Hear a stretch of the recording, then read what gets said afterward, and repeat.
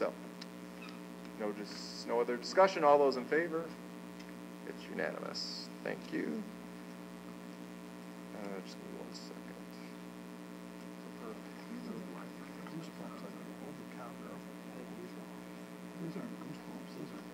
Hey, Maureen. So, reauthorizing pyramid for the school. Do I sign it or does Tom sign it?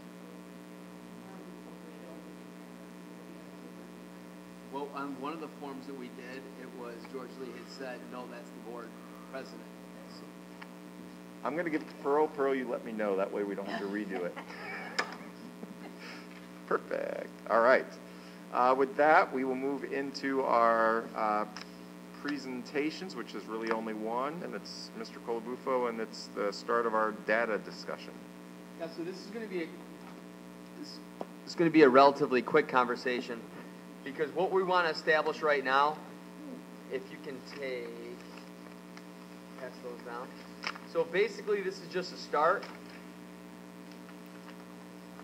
Take a look. What we're looking at are what are the factors that we want to put in place that we want to be able to look at to get data, to be able to make data-driven decisions, which is a big part of, obviously, a district that has a strategic plan. You want to be able to support your decisions with data. So we had graduation rate, we had percentage of students reading on grade level, district-wide, but then broken down by building. We had a percentage of students taking college-level courses, and I thought that was important because we spent a lot of time talking about opportunities as part of our college and career readiness, that kids are on the college and university pathway. We want to make sure, we want to actually see, okay, well, that's good to have these conversations, but how many students are actually, taking us up on those opportunities? Percentage of students on sports teams, percentage of students in band, music, theater club, percentage of students of out-of-school suspensions at the high school, percentage of students out-of-school suspensions at the middle school, and then at the elementary we had combined, but then we actually even broke that down as well by building. And then percentages of absenteeism, that is a new component in ESSA, which is pretty important now. So I think that is important that we can look at our number of percentage of students and our absentee rates at the high school, the middle school, and elementary, that will help drive decisions as well. If you, board members, we'll leave you with this. If you can think of any other things that are not on this list that you think should be part of this when we have data discussions, what I would like you to do is write it down on here, or what you can do is you can just email me, and what I'm doing is I'm building a Google document that I can then share with all of you. So if you want to, what I can do as well is I can send this to you in a Google Doc, and then you can just add to it and see in real time. We can do it that way as well. So what I'll do is I'll send this document to you tomorrow morning, and you guys can start adding to it however way you feel. If I have something now, or yeah, do you want to absolutely. wait? I think there needs to be a subcategory on the absences and the suspensions that actually show some level of accountability or tracking of repetitiveness above a certain number of days where a certain, a group of students or a student, what percentage of that is being carried by repeat offenders instead of onesies, twosies here and there. And I think that the latter would, or the previous would skew this data to be less useful if we didn't track that. You bring up a great point, because no matter what district that I've ever worked in, when we looked at suspensions and we looked at absenteeism, let's say for suspensions, let's say the high school, let's say the number was 295 suspensions.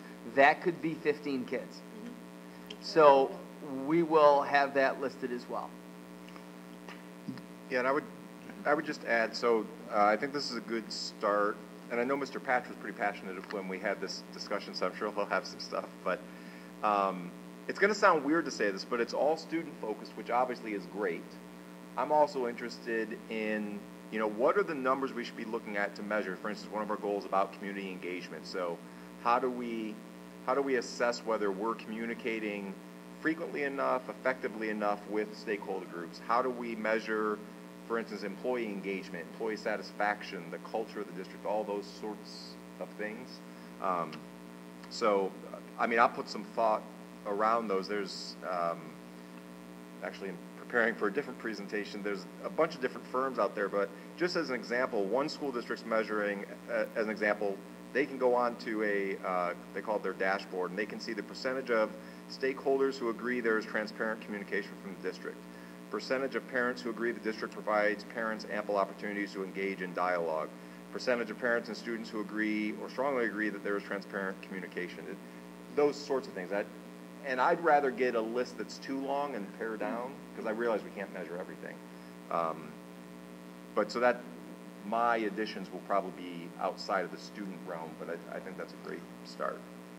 Andy, those additions sound like they would be produced from an annual or biannual survey, right? This Yep. is just data that they're going to have at their fingertips every day, right? Is that my understanding? Am I not accurate? I mean, yeah. No, I'm not saying that I would ever call Tom and be like, I need the updated data for the stuff you're tracking, Right. But I'm just saying what you're talking about when the things you just read, I think are very valid things to know, but I feel like we would have to seek that data. It's not data that we have currently.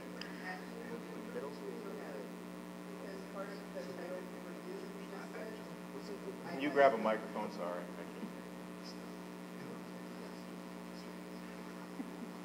Actually, Christy, we do have some of that data because as part of the Title I and II review, we had to survey parent engagement. And so we did put something out, and I know initially it we had a link on Facebook, and it kind of got people a little upset. They weren't sure why we were asking that information. But really, so actually, we do have a lot of that data. But in terms of carrying it forward and monitoring trends, which is what we're expecting out of this data, right? That would be something we'd have to continuously do. Is that something Title I or whatever? Yeah. It does require it. We just had never done it before because we didn't know about it until we were audited. Okay. And, all right. And Tom, correct me if I'm wrong, but I would think a lot of this stuff is almost annual too, right? I mean, it's not like, so a lot of this stuff is going to be annual. Do we have anything currently that measures any sort of employee engagement across the district? As far as I'm aware, we don't have anything like that yet, do we? What do you mean by employee engagement? And I shouldn't even say engagement, but we call it a culture survey in our business. But from an employee perspective, surveying them on how do you feel communication is from XYZ, from the board, from how do you think the culture is? Do you feel like you're getting the support you need? That sort of I don't feel that we've done that from a district-wide perspective. I know that the administration at PVM did their own survey so that they could measure their own culture and for their own growth purposes, but it is something we could look at doing and do a universal one Across the district? Across the district, so we're measuring the same points. Andy, when you guys do those, how often do you do them at your company? Twice a year. Oh, really? Yeah. Because we only do one every 2 or 3 years, so I was just kind of curious if there was a range. Yeah, and I'm not promoting that we need to do it with any frequency. In fact, I know it always, everything we talk about ends up putting more work on everyone else here. But even if, this should be a living, breathing thing. So even if it takes a year to get some of these metrics and agree on what they are, I just think it's really important that we don't leave all the employees out of everything we're looking measuring, at. yeah. Yeah, because anything that you're going to measure, you're going to look to improve, right? Because things, if you want to improve them, you're going to need to measure them. So it's really going to need to line up with the superintendent's goals to see what do you want to get improvement on. And then measurement is measuring the effectiveness of what you've implemented. So if that student is absent 32 times by December, what does that trigger? Because the goal should be is to reduce absentee. Okay, so then you want to reduce, that's the goal, to reduce absentee. We're going to measure it by how many people come to school, and then what are you going to do to change that behavior? What's going to trigger so that you can reduce that to meet the goal? And we're going to reduce absenteeism by 5%. We're going to, because to me, one of the most important things I heard was that graduation, right? Because it was talked about at the graduation ceremony that this last year's class was one of the highest graduation rates that they had ever had. true or not, I don't know, but to me, that's a trigger. If we want the goal to reach, you measure it to see. If not, then what you're doing is either effective or it's not, it's continuous improvement. You're always looking at it. Because I'm looking at, some schools have 9 measurements here, other ones have 4. So and if you're measuring 30 to 50 things, right, you're not going to be able to focus on, But we want to also make sure that it's accurate. We did not have a 90% graduation. It was 87. It dropped a little bit. Well, that's what I got from the document you just gave me. 17-18, 91.56% yearly advancement rate. Is that what you're looking at? No. What are you looking at? No, I'm looking at the document that I actually got from you, Connie, that it showed 17-18, it showed 87% graduation rate, and then right next to it was 16-17, it showed 80, it had dropped 1%, and then year before that, graduation rate was like 86% or 84%, and then the year before that was like 85%. It was the document that I'd sent. Not this one, though. The No, one behind that. no, it was. Yeah. Yeah. Behind that one, the other one. Right. You told So- me not to bring So it wasn't 91, it was 87. Yeah, no, and I'm not trying to dive into the weeds, but to me, I would talk about the goals, your precious few. What are these 5 or 6 things that we're really going to focus on? And this is what we're going to implement. This is how we're going to measure whether or not we've made any improvements. Because if you go down through, we'll just pick on it because it's easy. We did all this stuff to increase graduation rates, but we went from 88 to 84. Well, something didn't happen right here. So you regroup, relook at it, and try and reach the goals. So that's the only thing I would caution on as far as finite what you want to do, what's important to everybody. And we do an employee viewpoint survey every year, and upper management, lower management. It's important to understand what your workforce. To your point, I think it's important. So workforce, graduation rate, college courses accepted, regions, how many study halls you have. If you Right. you could say, listen, we're going to lower everybody down to 1 study hall, but then our average grade goes down because now people are in class, right? So the grade point can go down. So Sure. you know what I mean? No, So that's a good point. it's that type of stuff that you want to track over time, and you're going to need time for this. This isn't anything overnight to just take up, and I'll be quiet. No, so I think that's good. And then in addition, most of this, so they're in, again, I only have a business frame mindset, but we talk about leading and lagging indicators. So most everything here is a leading. It's what's happening now. It's what we do now. But if we tie it to our mission statement, how do we measure if what we've done is successful? It's not graduation rate. We've talked about, 2- and 4-year college. How many are dropping out? It's postgraduate surveys, which other districts do. Do they feel like they got the skills and Right. the class offerings they needed? That sort of stuff. So again, to Steve's point, it's not going to happen overnight. Right. But it's definitely a good start. So sorry, Christy, were you?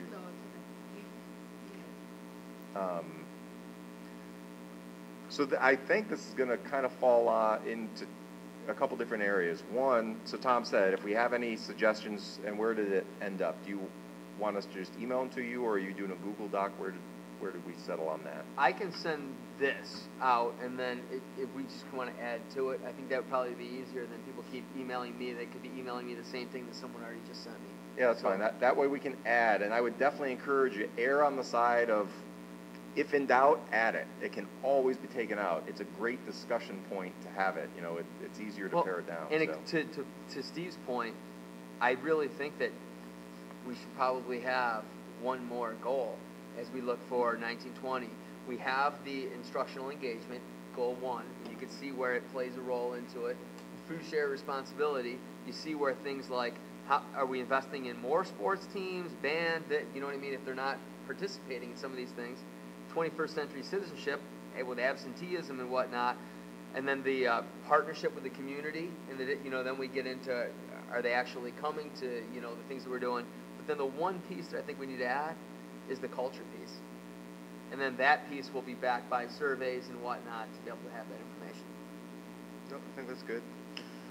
And if I could just throw out there, and I'm not an educator, so there may be a reason for this, but I notice we have a lot of like grade 1, 2, 3, 4, 5 for the reading levels, would it make sense, I guess, to Steve's point of not tracking too many things, would it make a good idea to be like first grade, third grade, fifth grade, eighth grade? You know what I mean? No, I think. Versus. We have the information anyway. Oh, okay, all right.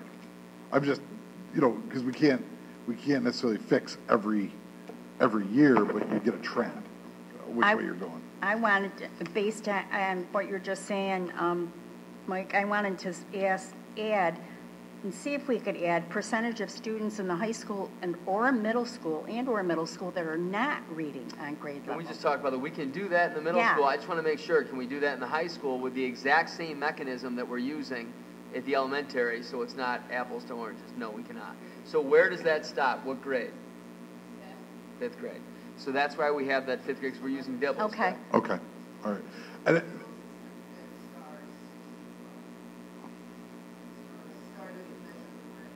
Well, STAR could be K-12, but we felt Dibbles was a better indication at the younger grades. It was a conversation that we had.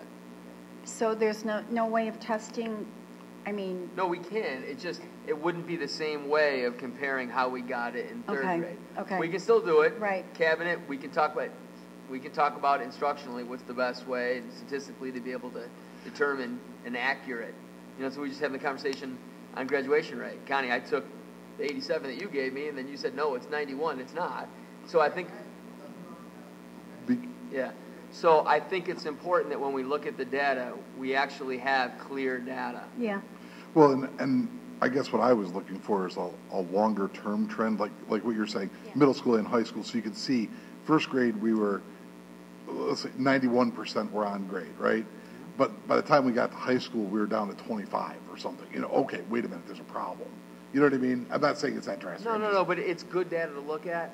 Yeah. The way that I like to do it is, and that's why we're using Mastery Connect now. It's a great program. It's software that allows us to be able to give common benchmarks across the grade levels to go, wow, this one grade level, this one class, let's say in third grade, let's say in Brewerton, is astronomically amazing, way ahead of the other ones.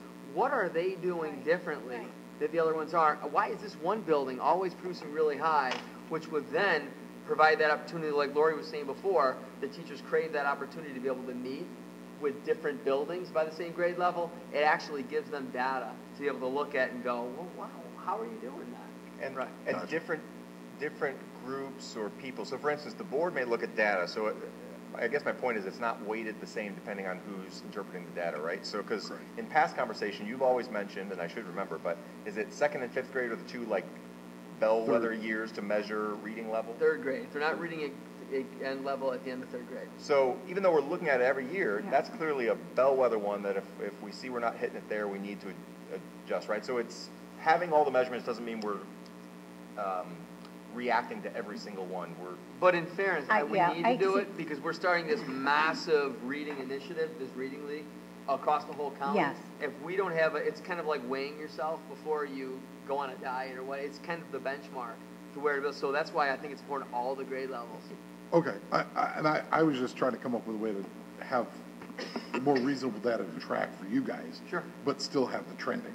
You know what I mean? And it's not going to be additional time. We have that. And see, even though you guys are tracking it for classroom issues, doesn't necessarily have to be, because every year an elementary teacher needs to know what level the kids are reading at. Absolutely. So, I mean, I don't know that, you necessarily have to, post it so we all have it, right? Well, I think it's kind of important that they know. We're not naming it. No, but I meant for the classroom teachers it is. But I mean, if you're going to add it so that everybody knows about it, I think maybe I don't fully. It's important that they know. But as a district, if we're looking at data, we should be able to look at this and go, okay, across the entire district, right. Third grade. Well, that's what I was saying, but I didn't know if you weren't going to track it. Yeah. We will track it every year, but to inform everybody. Well, I hear what you're saying. The reason why I'd rather do that is it's far more accurate. Over the past week, I probably had 5 phone calls from parents saying, I want my kid to go to this one other elementary building. I'm like, well, what are you talking? Well, in the newspaper printed off that these scores were better at Brewerton than here's the thing. That's based on 3 through 8 testing where we have an astronomical amount of people opting out of it. So that is just skewed information across the board. But it's something like this. This isn't something we opt out of. This is something that we know is actually an accurate, and then it allows us to do something with it, unlike the state test scores. Yeah, and the final thing I'll say on it is just don't limit it to just adding pieces of data. So look through, like I'm looking through this, and even though I've looked at it once already today, Ms. Galvan and I were talking about it earlier, now something's jumping out at me. So look at what's there and see if you see gaps, like for instance, outside of sports and music and theater, we're not representing like all the other clubs, activities and stuff we do, right? So just give it a I guess the question look. is going to be, how far do you want to go? Do you want to talk about attendance of teachers? Because the state asks for it. The states want to know how many of our teachers and how, you know what I mean? Like, where do we really want to stop with it? So that's where I'm curious to see. Well, that's why I said let's add it, and then we can determine the line at which we're like. Yeah, But because you have to determine what is usable data and what your end run game is going to be. If you got a piece of data that's leading you down a rabbit hole, you're not going to do nothing with it, then it's no sense in having that data. But you got to make smart decisions on what data you want to gather. Because if you had a school that was underperforming, right, but then you had data of employee viewpoint survey, absentees of teachers, what could be the root cause? And you've got it, and you can look at it and say, well, geez, their kids are failing because, you know, you're looking at the teachers aren't happy, they're not coming into work, they don't feel that they have the tools necessary to get their job done. It can kind of validate why this particular so it piggybacks right off what you say. You've got to understand the things that you want to focus on, and then what data you're going to need to make. You know, I'm putting on my management hat now, and now so what do you need to look at? What's influential factors? How are you going to be able to affect change? Right. And measurement is all part of that philosophy. Well, it's like you go to get a physical from a doctor. They do like 10 series of tests, but none of them are fluff tests because they really are all going to dictate what your treatment's going to be. I agree. Yeah. And your data gathering can morph and change throughout the period of a week, a day, a month, a year, whatever it's going to wind up being. Right. Because a piece of data is going to lead you down a path, and you're going to realize, wait a second, we need another set of data to support this. So it's going to have to morph. It's going to have to be a living document, a living process as it evolves.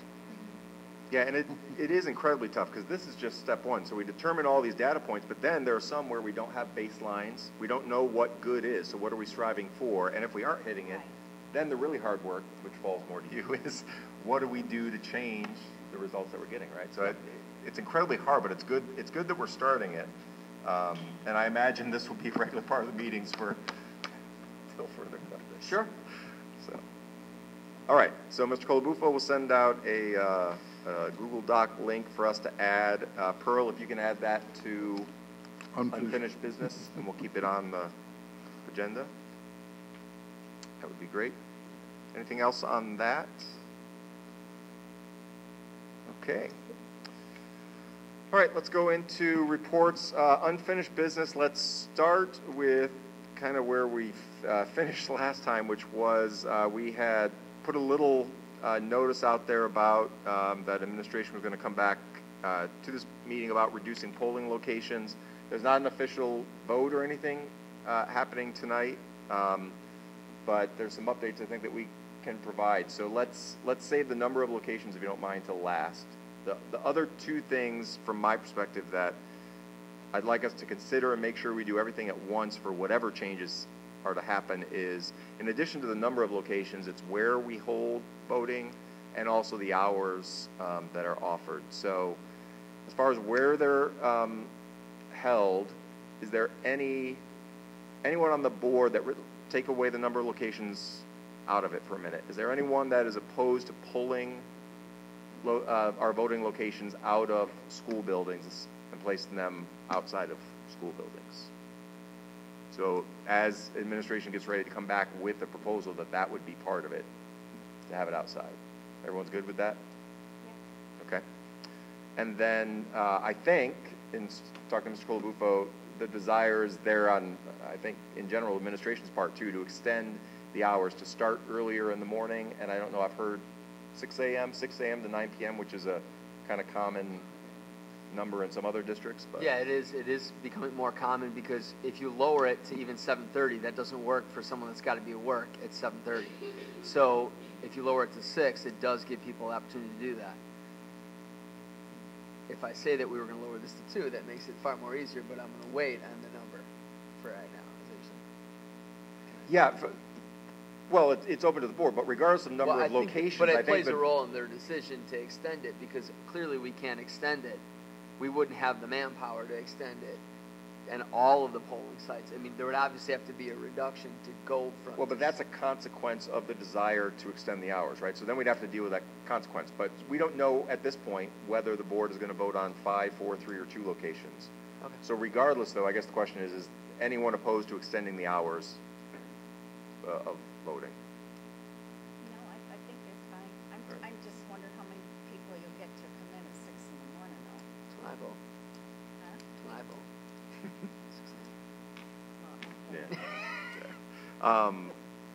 Okay, so now that those are off the table, now it comes back to the number of locations. And at the last meeting, the proposal was put up, or the idea was put up for 2 locations. I don't know if there's any further discussion here. There were no blue cards. I really didn't get any.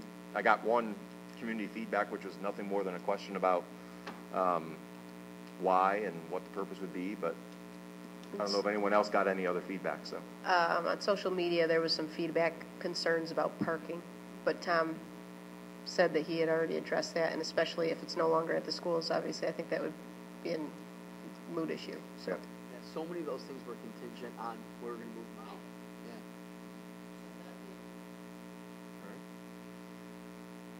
So since the discussion last time, and the only proposal really put up, did we talk about 2 or 3? I know at one point it was, but I think it was really 2. So Yep.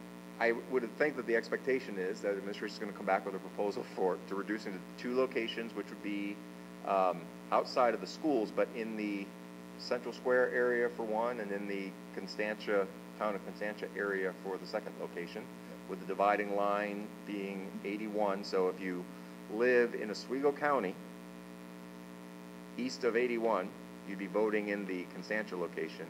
And if you live west of 81 in Oswego County, or anywhere in Onondaga County, you'd be voting at the Central Square location, with polling hours some version of 6 to 9 p.m. probably. So now it's really in the administration's head as far as the time frame, but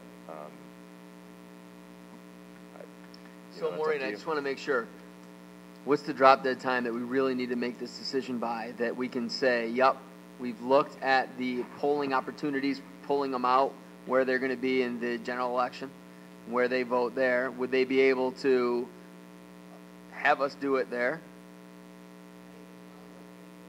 Okay. So is it reasonable if a month from now? Does that still give us time? Okay. Okay.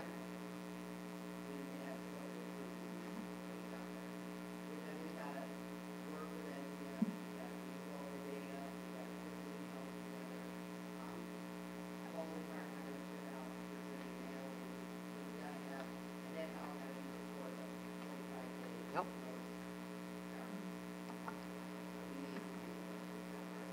Okay. Yeah, no, go ahead. And we're not voting tonight. Why?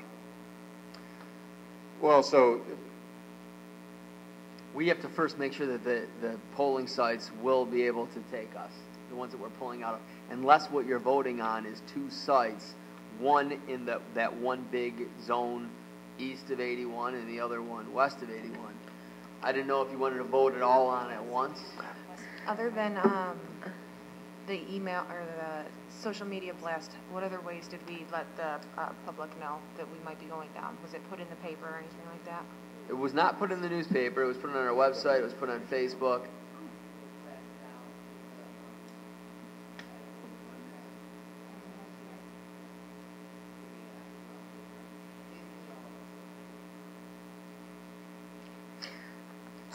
But a follow-up question is, are we researching, pulling it out of schools, and then having it in every single one of the 5 locations we have right now. I mean, I don't see, in terms of streamlining what she's doing, I don't know why we wouldn't vote to reduce the location number now so she knows what she's looking for. I mean, if you're just sending her out to see if we can pull it from schools, technically, if we haven't reduced the number, wouldn't she also be looking at locations in Cleveland, locations in Brewerton? I mean... Well, so if administration's coming back with a proposal, then the proposal that they would present to us is whatever the number of locations is, so let's say it's 2, at these 2 sites, so that's the only ones they would research at these hours. And that's the only reason. My reason last time for wanting it, I only want to touch it and deal with it once, because I think if we do it piecemeal, then the community first deals with, okay, so now it's only these 2 locations. Oh, now it's different hours. Now it's not at the schools, right? As opposed to one single piece of communication, it's all changed. Yeah, rip the Band-Aid off pretty much. So our immediate goal is going to make the phone calls of the 2 places that are the general polling sites in these 2 locations, get the confirmation from them, and then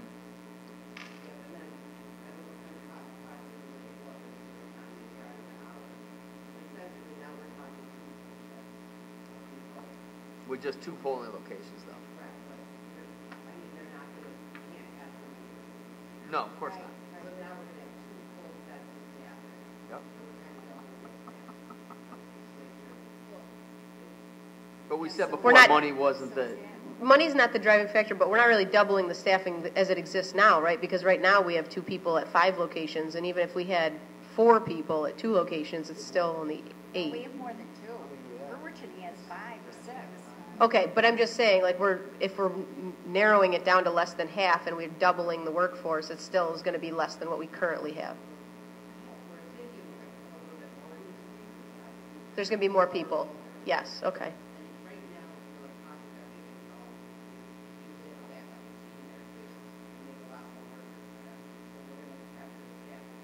Yeah, and we would have, the confusion part, we would have Maureen at one site and Pro at the other site. It's going to... A lot of people got really frustrated when, even though we said if your name's not in there, let them do it anyway, put it in the book. Nope, you can't go here. Someone's going from Brewerton to Cole. That would be eliminated.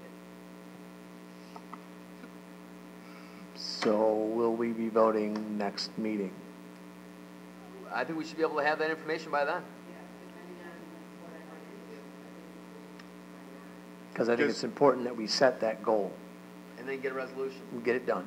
It is. Get it done. I would just point out the next meeting is pretty quick. It's a week from Monday because of our different time frame. I know Mr. Buddy won't be at that meeting. I likely won't be at that meeting. Not that you can't do it, but... Denied. So the 17th is the next one after that.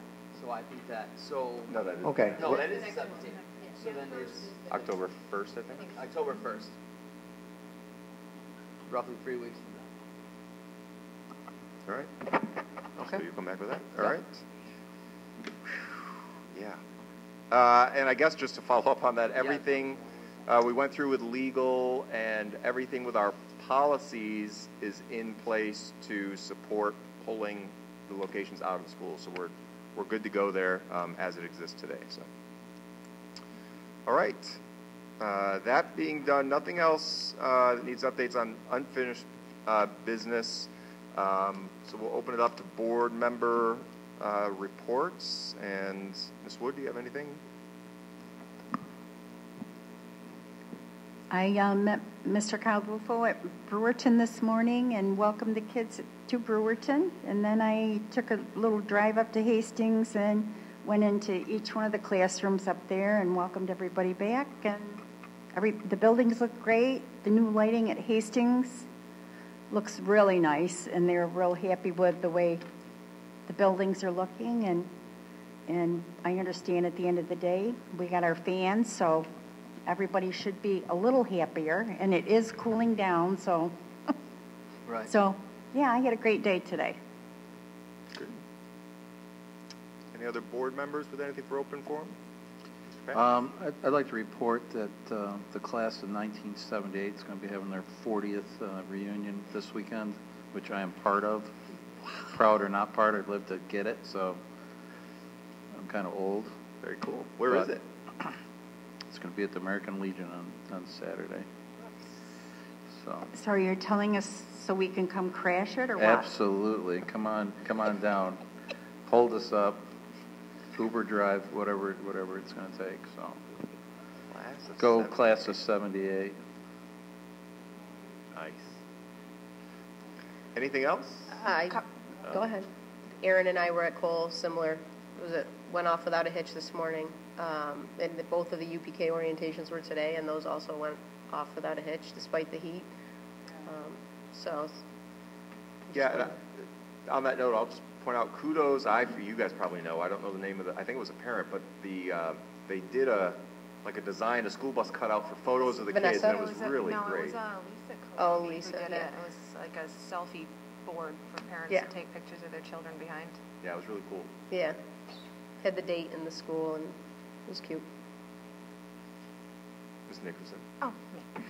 I already let Arena know, but great job on the flyer that came home. I got so many a lot of positive feedback on that. That's something that's not going to just be tossed into the garbage without being looked at. Yeah. Great job. Yeah. But yeah, whoever's idea that was wonderful. It usually comes home as just a flyer. Single page Yeah. with color coding. Yeah. Yeah, and it's a whole. I actually called some people. I got a lot of positive feedback similarly, and I called some people to see did everyone get one or just people that have students in the district. Okay.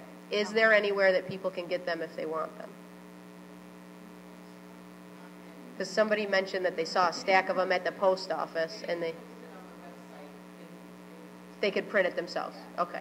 Not only is it a usable calendar, but that had more information packed into it this year for just as a resource for parents than Yeah, any other year. Yeah, to your point, whoever got it all together, it covers probably 80% of the most common questions. School time start and then it was What's really, the transportation department's number? Right. Questions Yeah. like that. And then, Tom, you can speak more to this, but I just wanted to start the conversations in regards to the air conditioning, busing, that whole thing. Yeah. Good. Well, you can Yeah, no, point it towards you more, that's all. So what she was saying was air conditioning buses. So Chancellor brought this up a couple days ago, and ironically enough, if you watch Channel 3 today, they did a whole piece on this with Marcellus busing, and that they don't have it on there. And what they were saying why was even with the we have a considerable amount of aid ratio that a lot of districts have. I'm sure Marcellus doesn't have what ours is, but they were still saying it was between $10,000 to $12,000 per bus. But that's just a small part of it. It was maintaining the air conditioning units on the buses, which was extremely costly. And so I had a conversation with our John Pierce, head of transportation. I didn't want him to deviate from his 14-hour day today and what he was taking phone calls yesterday from parents regarding the routes, and it's just craziness. But I did ask him if he can get me hard numbers. So at least anytime I'm asked by a board member something, I don't want to just dismiss it or run with it. I want to be able to have the actual numbers on what the cost would be. Not only the purchase, it sounds to me Marcellus had already done that, $10,000 to $12,000, but what that additional cost is and the maintenance and what that means. Are more people having to be hired on because of it?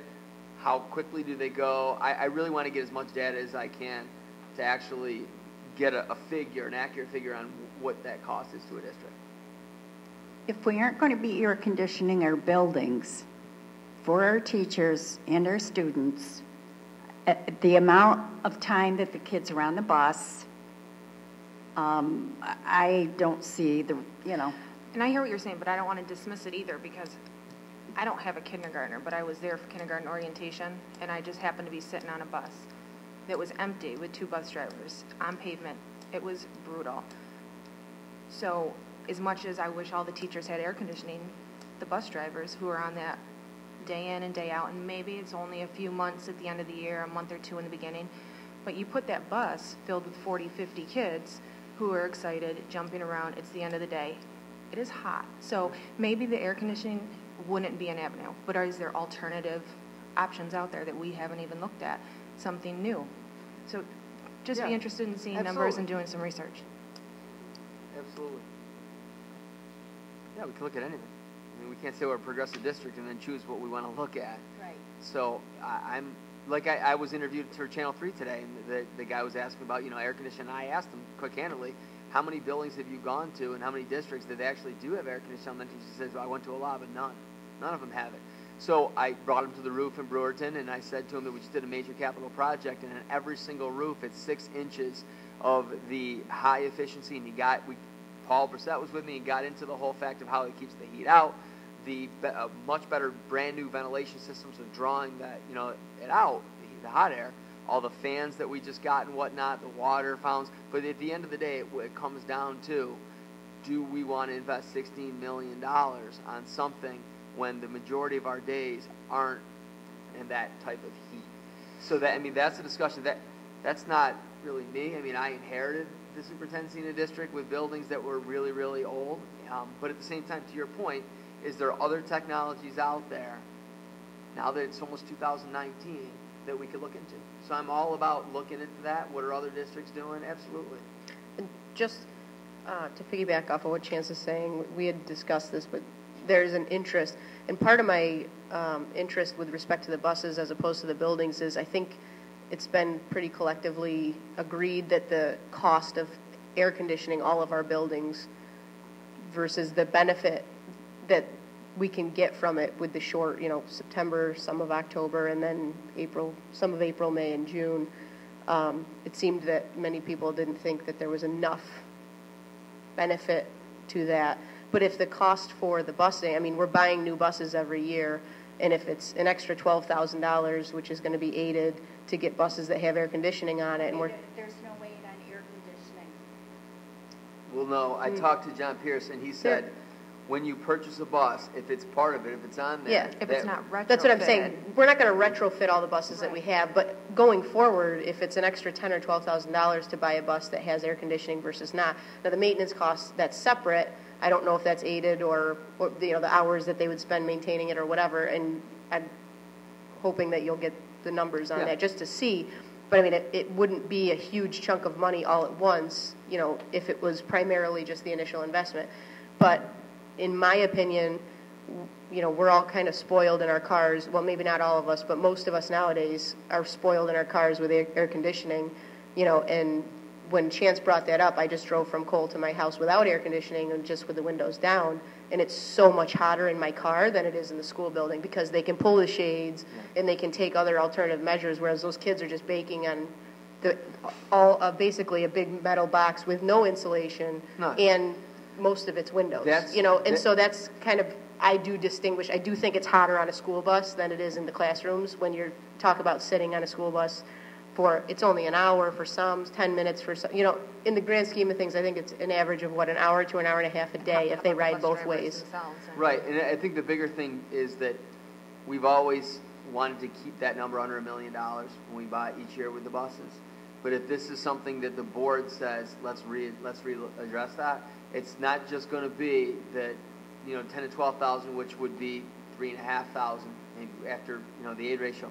But then the total cost. And when I show you guys the total cost, where they could be, absolutely. Then the board could look at that and say, that's too much. No, and this investment. And you're saying that the cost of maintenance may be astronomical, but is the life expectancy of the bus going to outlive that, or is it going to or would the HVAC outlive the life expectancy of the bus because we're trying to get it down where we're rotating these buses out so often? I'd have to find that out. Yep. Anything else from any other board members before I go into a short list? Mine? Superintendent? Oh, yours. Gotcha. Yeah, you're coming. Start with some really good things first. The Hudamaki tour I thought was great. It was interesting and really appreciate, trying to remember, so we were over half the number of people on the entire tour from Central Square, and a number of staff members came, which was great. It was the Hannibal board member who gave the tour who worked there. Yes. Yeah, and I think there were some good, I can't, unfortunately, for the life of me remember, but there were a couple action steps and things we're going to be doing out of that. I know that our new principal at the high school was going to be looking at some things, but I thought it was beneficial. So if in the future more of those things come up, we'll definitely publicize it again. Just want to let everyone know that Ms. Wood, Ms. Fishman, and I were able to attend the opening day ceremony. What's it actually called? Yeah, that's a great question. It's Superintendent Conference Day, but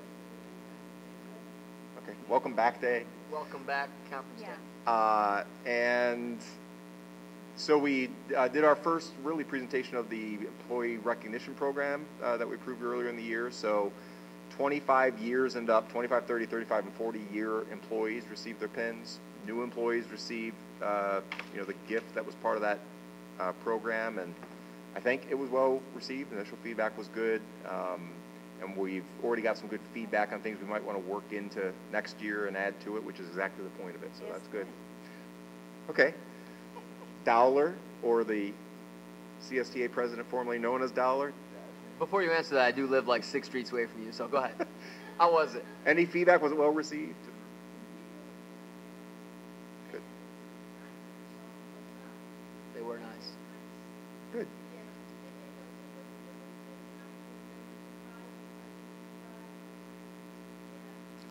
Well, Pearl picked them out, so thank Pearl. Yeah.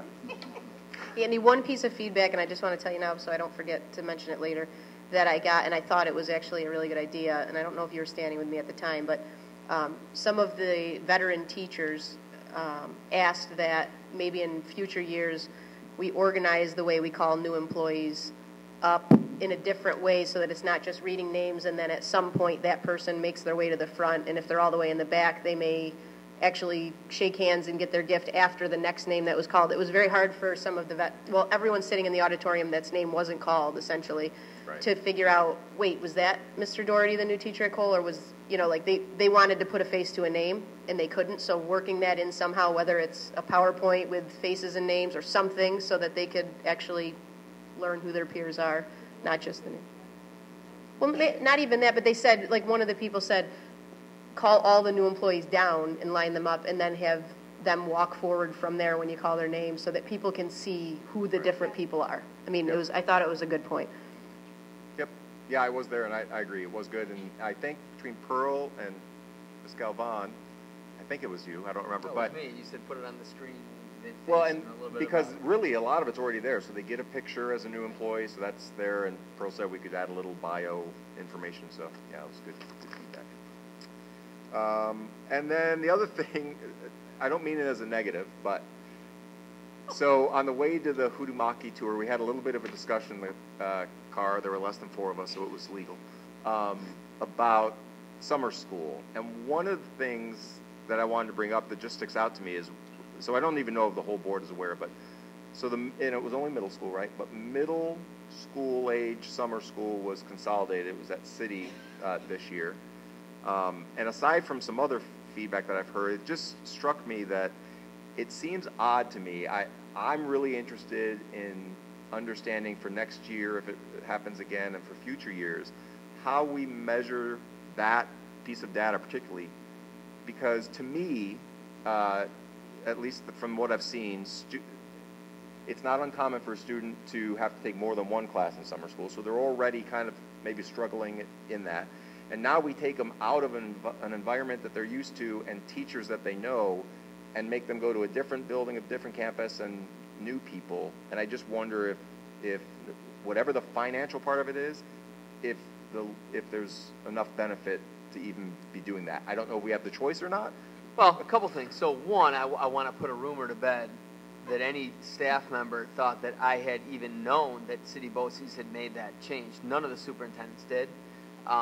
Mr. Todd acknowledged that, and he was very aware and apologetic in the fact that that was never said at a Chiefs meeting.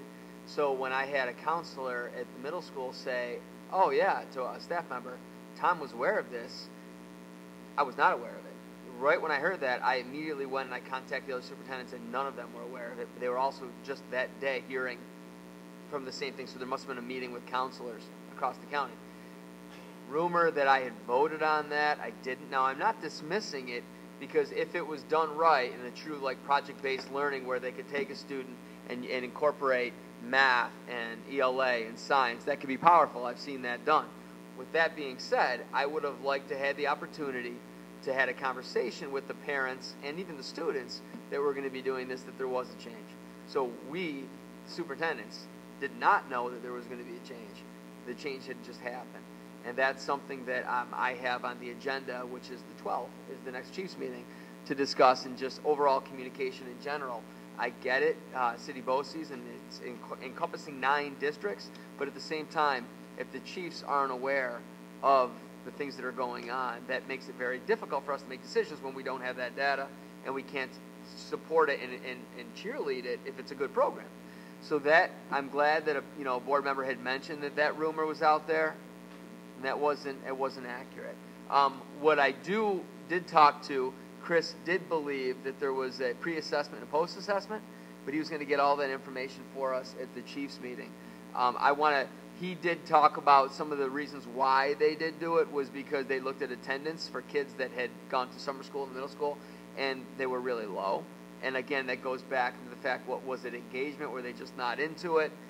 And so they thought for kids that had failed multiple courses, if they embedded them in, but again, it would have been nice to have that knowledge beforehand, so then we could discuss it, and then I could actually have answers, which I couldn't do this time with parents. But I'll have more information on that at the Chiefs meeting after September 12th. Is it me, or does there seem to be a lot of things that recently have been decided on or done by BOCES that they just kind of do versus, I mean, who's working for who here? Well, I think in fairness to Mr. Todd, he was also the DS for a while here, the superintendent. Well, he was DS. And then he also had to fill in another district. And I think at the same time, he's acknowledged that. We had some great conversations today. And I think that he's really, tightening it up. And the communication will be improved. He's a bright guy. I have the faith that he's going to be able to get us this information in a timely manner. But we need to have it. So let me ask more pointed. Sorry, Mike. You go ahead. Is there any ability to invite Mr. Todd here to actually present to the people at large some of these answers, some of these forward-looking proposals that he may have bouncing around inside his head? Instead of it laying on your shoulders, let's let ownership be ownership. Well, we used to have it. He used to come to all the meetings. And then other superintendents around the county had said, that wasn't needed anymore. But I think it's great. I think sometimes when he comes and discusses things, it gives us a clear picture. And so I think that if we invited him on a number of different issues that we may have, I think he would do a really good job in explaining the why. So I think that Michael would be an excellent opportunity to do that. So if the board wants me to select a meeting, I can invite him. As you said a little while ago, the next meeting is kind of quick turnaround. Yeah. But possibly the meeting after that, we could do that. Yeah, because I think it should be a standard presentation. It should be in the rotation of, standardized once or twice a year, have him come in and present. He would not have a problem with that. Yeah. Yep.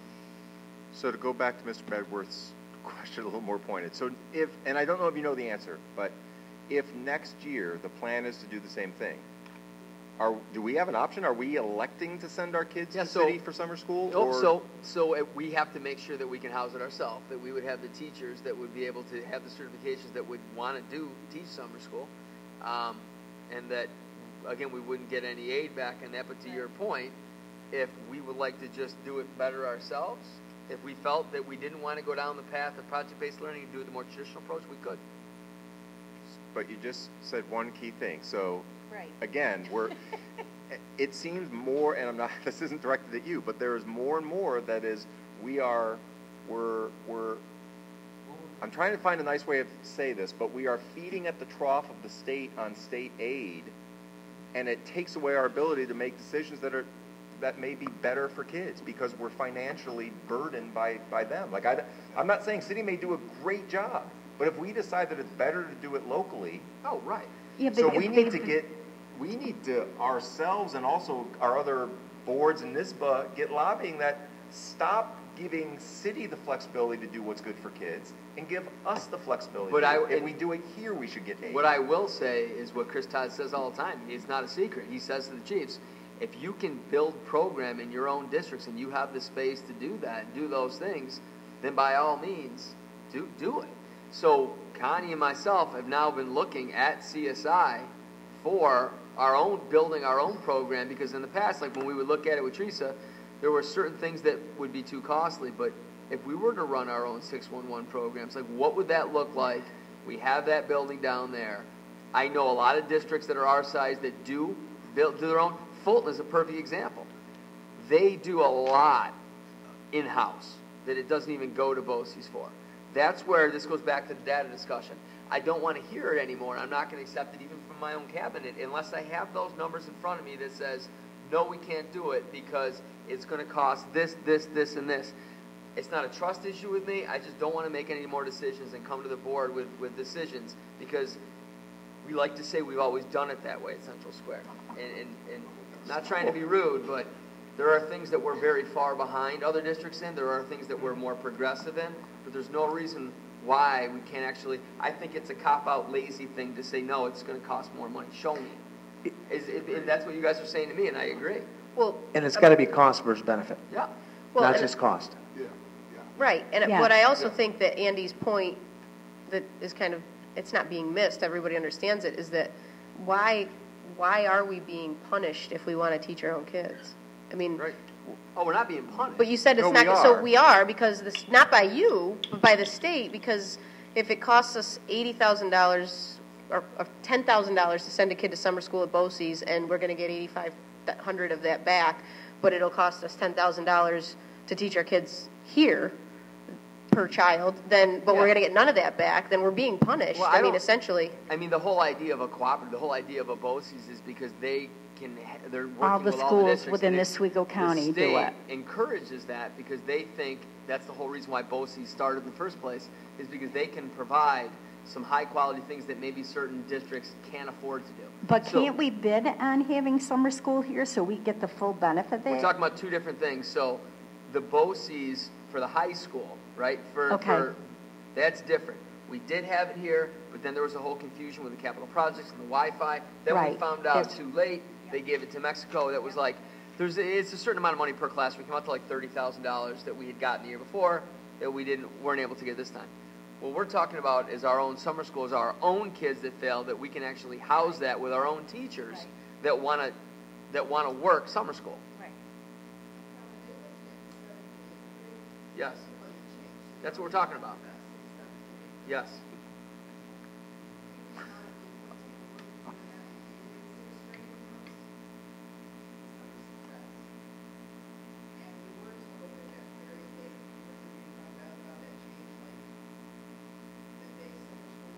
Yeah.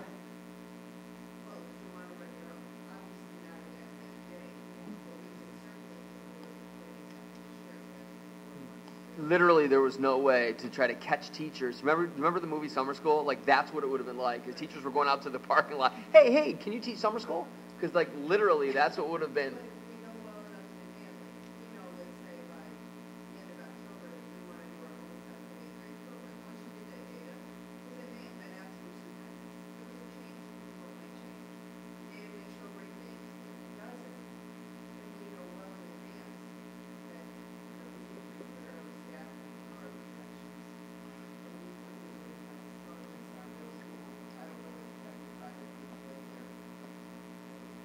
Yeah, but couldn't you, Should be fine. Could you move it yeah, I mean, if you to a brought different high school that doesn't have? Well, you're talking the high school is going to be the auditorium and the gym. Right, yeah. And I'll admit, I was in the car for the conversation, and I don't place blame on anyone here with respect to the last minute change, because it's very obvious to me that nobody knew about it here, and that wasn't any fault of our own.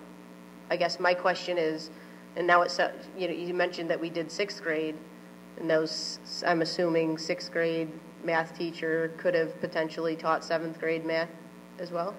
Okay, so then it would be different. Okay, so it's just a time thing that with more time you could plan it. Okay, Yeah, it's Got a it. time. It's a time thing. okay. If we had more time, we could have put that out there to teachers. I mean, Lynn would probably know better than anybody else the culture in her building at the middle school. Would we be able to have teachers that would say, yes, I'll teach summer school? And that's something that we could address. I won't belabor it much more, but here's what I want to point out. It's the finances is one thing where it's done. here's what's happening. And it points to the system and how lousy it is sometimes. So Chris Todd, great guy. This is not about Chris Todd, but you have a BOCES district superintendent. He doesn't report to voters. He reports to state ed and regions, who gets aided money if they do the program, but we don't get it if we who are elected by our local taxpayers, if we elect to do it in-house, we don't. We are frogs being boiled 1 degree at a time, and we're going to end up waking up one morning with the state saying, listen, if you want your individual school district, no state aid. If you want to send your kids to BOCES and get rid of all of our local employees, then it's aided. That's what drives me nuts. Bingo. And we need to keep that in front of our taxpayers and our voters. No, but again, it goes back to Chris Todd saying, if you can afford it, you can pull these back and do it. But it is also important when, Teresa, we looked at the cost. So a specific student in a program over at City BOCES, any one of the, whether it's a Strive a program at BOCES, they actually see 3 different teachers.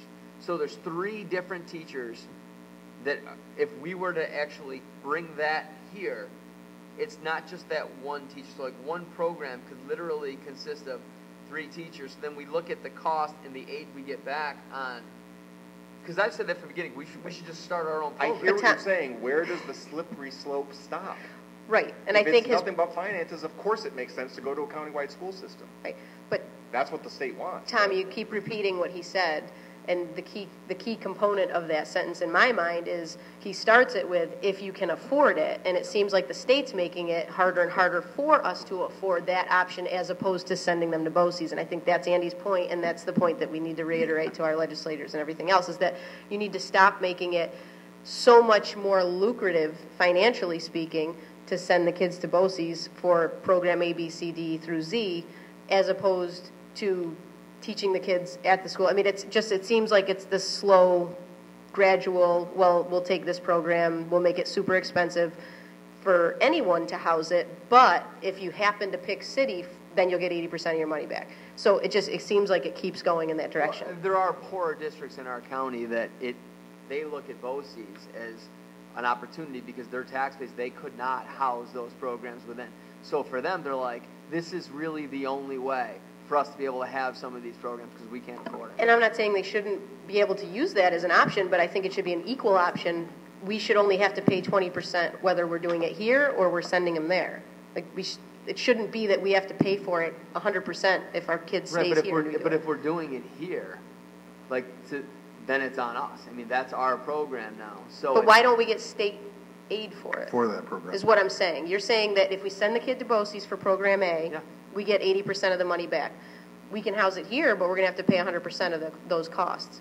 Correct. Like, there are teachers, right? We're paying for benefits and whatnot. So when but why aren't we getting make state the decision? Right? Why aren't we getting state aid for that? Is what I'm saying. Like, what we're getting penalized exactly what? Because the state won't give us the aid. That's right. Right, and so I hear so exactly it's driving this bus that's like, there's constantly exits for BOCES and there's no exit for staying. And I'll say this it's hear you. not directed at you. I'm saying that. No, I know. Well, no, but this is going to feel like it, but I promise it's not. But the reality is, at the end of the day, Tom technically reports to the board, but who else do you report to? City superintendent. Both that in every school superintendent reports to the BOCES superintendent of the county. Why? You're not going to be Because the he's agent of also state change. ed. That's state law. That's Because he stayed at. But you see my point. Right. But that's He's not why elected. They're not going to do the change. They're not going to be the ones lobbying to get the state to do this different because you're part of the system and that's not your fault. We have to. So When we go to New York City. Agreed, and we got to keep on the lobbying. But We're just going where the state wants us to. Let's be honest. But we also have to be able to do exactly what we're thinking we can do, which is the other part of the puzzle. And if we can't do it, then we're barking up the wrong tree. right. So, Right, but so- I'm in your camp on this. Yep. But So we got to be you're- able to do it. So you have a chiefs meeting. You'll come back and let us know what are our options next year, and of course, I mean your recommendation. I'm not saying it was a bad program. Just we don't know at this point. So Absolutely. all right. If there's nothing else from the board, we can move into items for action discussion. Make a motion for item F1, which is the approval of an overnight student trip. Can I get a second? Oh, sorry. Let me back up. Almost did it again. I'll cut it to 30 seconds. Superintendent's report. It was a great start. On the clock. Real quick, great start of the year. The back to school. Lynn, representing the teachers union, gave a speech. Larry Wink, representing the administrators. I thought it was great. I thought it was great the fact that we recognized the staff members. Andy and I went down, and Christy went down at 7 in the morning and recognized the drivers. They loved the fact that when I brought back the SPOs, Special Patrol Officers, that one of the Special Patrol Officers also drove a bus for 11 years while he was a trooper, so they loved that. That's Officer Malecki. That was excellent. Football game was in the dome was very well attended by the community. I thought that was great. The flock was great. I told them I'd give them a shout out at this. They're good people. We're doing a lot of great things. We're, again, college and career ready. We're getting geared up for another year and, the pathways and whatnot. I thought it was a very smooth transition with our executive principal / director of counseling and pathways to success. I'm really excited. The students are going to getting much more face time with their counselors, and that's really exciting. So that's pretty much all that I wanted to, a lot of other things that happened, but those are the things I want to touch upon. Hey, Tom, only 45 seconds over your 30. Well done. Thank you. Sorry for preempting you again. All right. Now that we covered that, now I make a motion to accept item F1, which is the approval of an overnight student trip. Can I get a second? Second by Mrs. Nickerson. Open for discussion. I have a question about the total charges for the district, $9,781.50, and I'm sure that's not what it's supposed to be, but that's what it shows up on the sheet.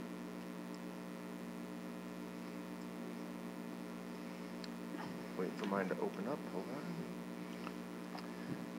So the majority, yeah, and it's covered. So it's listed as under other. The Broadway show and the Bronx Zoo, 6,200 is covered by student, and 9,481 is covered by the district. Is that arts and ed? I think it's money, just or? supposed to. Is Yep. it? Some of that will be arts and ed money. Okay, that's what I thought. That's what I thought. Thank you. Any other questions on that? No questions. I just have a quick comment that I would have preferred to see the students stay in school for the school day and leave Thursday night, but I understand where they're coming from at the same time. Well, I did put something out, since you bring that up, to all the administrators, basically saying I'm going to be denying Thursday trips unless there's a significant, like, let's say it's DECA and there's a competition that they got to be there for. Right. So if this is something where we're sending somebody that's just like to go to the zoo before they see a play or something like that, that's going to be different. In this situation on Thursday, I was told there's about 3.5 hour practice that is going to be taking place on that day. But I did let the principals know, and I let Jen Shantz know, because she oversees the drama club, that I know in the past they've also had Thursday, Friday, and she assured me that it's going to be Friday in the weekend, because it's not only the students, which is huge, we want them in the classrooms, but it's also the chaperones that are also teachers and TAs, and then that's disrupting. It's great stuff. I'm not downplaying any of that, but they also, their primary job is they're not going to be able to do that because they're doing this. So we are definitely being much more aware of denying. And like I said, I'm not saying I'm going to go against or anything. My preference would be to see them stay in the classroom. I fully agree. All right. If there's no further discussion, all those in favor of F1? It's unanimous. Thank you. Consent agenda. Can I get a motion to accept G in its entirety? Motion by Ms. Wood. Second by Mr. Patch. Any discussion? All those in favor? It's unanimous. Thank you. I'll motion for H. Item H, which is personnel in its entirety. I will second that. Any discussion? All those in favor? It's unanimous. Mr. Colabufo will be right with us. just want to make sure that I'm not saying Matthew Scott. Scott, we want to welcome you aboard. Scott's going to be with us, I believe it was a 12-week. So, yep, 12-week substitute position. And he is science at the middle school. Welcome aboard.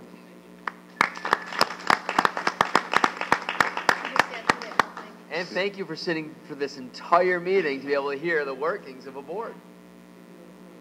Awesome. Yeah. Thank you. That's great. See, those are the people we look for when a real full job opens up. That's awesome. Thank you. Thank you very much. So, this is where it gets a little weird. So we now have a special workshop for board goal development. And so I'm going to propose something. First of all, that's the end of our action in the meeting. I'm just letting all of you guys know. There's no other votes, nothing like that going on. Yes, I seconded H. Sorry. I'm going to propose that I hand something out, which is nothing more than the district goals. So Mr. Colabufo presented district goals, and they're separated out. And it just has blank lines, if you can pass those on to the board members. And Pearl, or you have a copy? That's not coming out to me, I think. I think based on the hour, and I really do want, I'd like to do this on a night when we have, if not all 9, the vast majority of us here, because it's important. But if we can take the time between now and the next meeting to look at this, and it's similar to last year. So what are the things that we as a board want to do and task ourselves with to support the district goals developed by Tom and his staff, and then begin to nail those down next time. And I will free up my schedule, because Mr. Patch and I have been trying to find time, and my schedule hasn't cooperated. But Mr. Patch is going to lead us through some good development at a meeting soon coming up. So is everyone good with that? Not? Yeah, since I have to leave for 15 minutes for work. Perfect. All right. So that being the case, we don't have this second proposed executive session. So with that, I make a motion that we close the meeting. Can I get a second? Second. Mr. Loyer, any discussion? All those in favor? It is closed. Thank you.